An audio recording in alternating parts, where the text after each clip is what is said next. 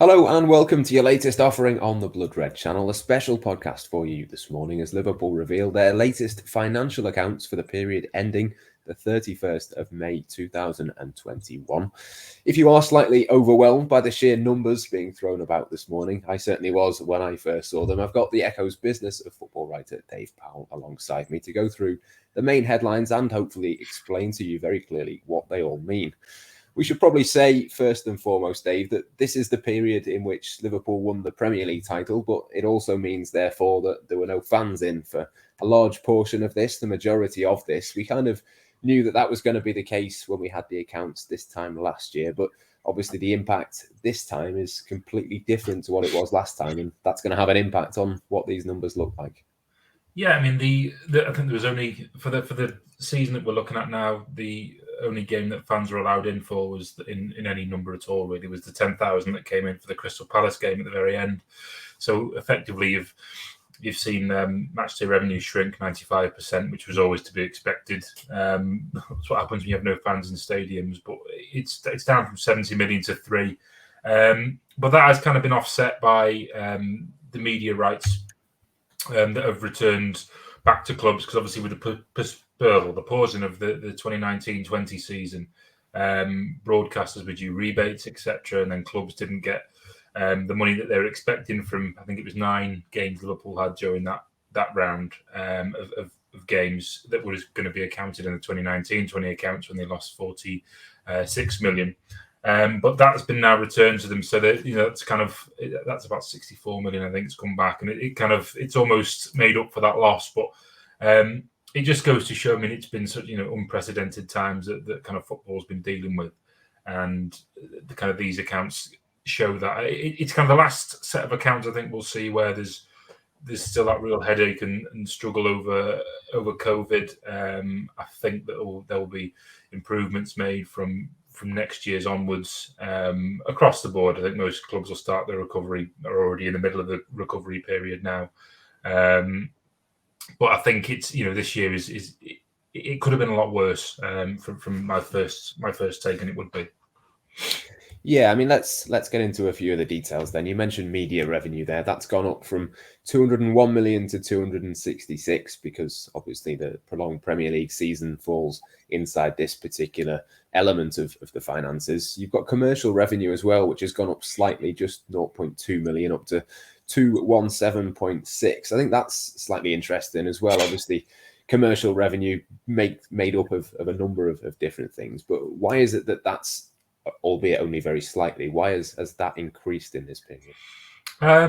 It was always likely to increase. I think that maybe we were expected to see it increase a bit more than it has done. But we have to take into account is that commercial revenue isn't just having Standard Chartered on the front of the shirts or Nike being the kit supplier. It is everything from the match day commercial operations that go on, so selling things for match days and packages, also through to the ability to have museum tours and stadium tours and the opening of the mega store, etc. All these things combine to make your commercial revenues, and with those kind of being hobbled by COVID last season, having no fans in stadiums, that's been a bit kind of a partly to blame for the rise not being as big as it was the previous year when it was 29 million. But you must have to discount the first half of that 2019-20 season because it was normal in effect. There was only 3 months of the financial period affected by COVID for 2019-20. So you've got that, but also I think people were hoping that there was going to be a big kind of lift. We were going to see the early impact of Nike. I mean, and while there is something already happening there in the figures in terms of the sales with Nike doing very well globally in terms of online as well, that's been a big boom. Not having access to retail units as you would expect, and also the deal hasn't been that old to take you through the financial period. So you've been paid the guaranteed sum, which I think was 15 million less than what New Balance were paying. And in order to make that up, it's not been the right climate to do that. I think it's probably about where they would have been with the New Balance deal on the balance of things. But obviously the idea is to move beyond that and push kind of the 60, 70 million a year bracket. But they've kind of treaded water with it, which isn't too bad, really. I mean, they announced a number of new partnerships. I think there were 13 in total, which will all be, beneficial moving forward.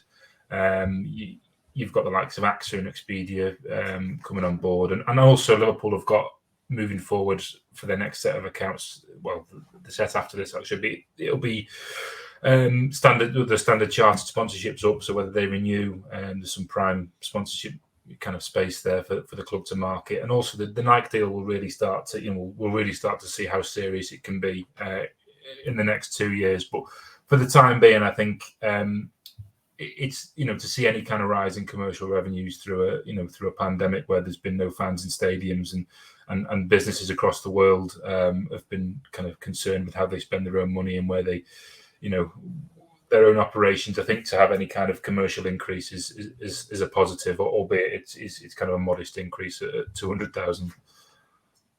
Some of the other headline figures then: overall revenue down by about 3 million to 487, I think it is, and the loss before tax has fallen by 41.5 million. That's down to 4.8 million now. And I suppose it's important as well that within this period, Liverpool have signed 12 players. They've got key contracts sorted out to, obviously not Mohamed Salah yet, but other key players: Virgil van Dijk, Trent Alexander-Arnold, Harvey Elliott. I mean, there's lots of elements to this.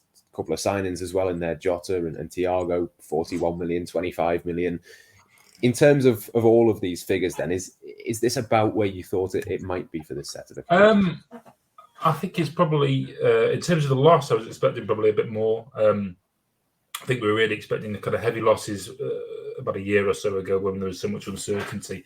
And if you look at what's gone on with Tottenham and Manchester United, I mean, you've got 80 million lost there, and I think 92 million for the last financial year. That's on top of the heavy losses they made in the previous season. Their losses from COVID have been huge, and it's kind of it signifies deeper problems with the business model. Obviously, Tottenham's is related to the stadium and the fact that they were hoping to leverage that new stadium in order to drive revenues up and make them compete. But with no fans in stadiums, it's been it's been a double whammy for them. But Manchester City posted their results, and that was 2.4 million profit. But their revenues rose, etc., and that was all being trumpeted. I mean, people seem to forget that they lost 126 million last year in the first in the pandemic's first year. So Liverpool faring far better than anyone else so far in terms of the overall impact of COVID over the two years. Liverpool's been 50 million, in Everton, for example, that was 140 million just for last year, and that's only going to get added to when they release their results. So for Liverpool, I think it's been they've managed COVID well. But touching on what you mentioned before, the wages issue. I mean, that the wage bill has actually decreased by 11 million, but that's not actually that's how it shows in the accounts. But really, a lot of what happened last season, last year's accounts, was down to the fact that they were Champions League bonuses, which were paid in a lump sum to players upon winning the Champions League, and also Premier League bonuses. While the actual victory for the Premier League wasn't paid in that period into a bonus, it's accrued over time almost. So their success reaching certain points of the season kind of accrues in terms of their bonuses. So it's not like a Champions League bonus where it's one kind of drop of money that kind of FSG have to find. It's different than that. But the other thing being that during that period, Liverpool extended the contract to 12 players, among them Virgil van Dijk, Trent Alexander-Arnold, and Fabinho. There was that flurry during last summer, wasn't there, where there was a kind of announcement of a contract every other week almost. And I queried this in terms of how these fell into the accounts, because obviously, from the outside looking in, the assumption would be that these contracts being announced in the summer of 2021 would mean that they would be seen in the accounting period for 2021-22, which is the year end of May this year. But I'm told these deals were all done, signed within the financial year for 2020-21, which means that they're already included in that kind of wage fall. And you include Diogo Jota and Thiago's wages coming onto the wage bill in there. So I think the actual payroll has increased, but it looks like it's decreased in the accounts because of the bonuses which aren't showing there.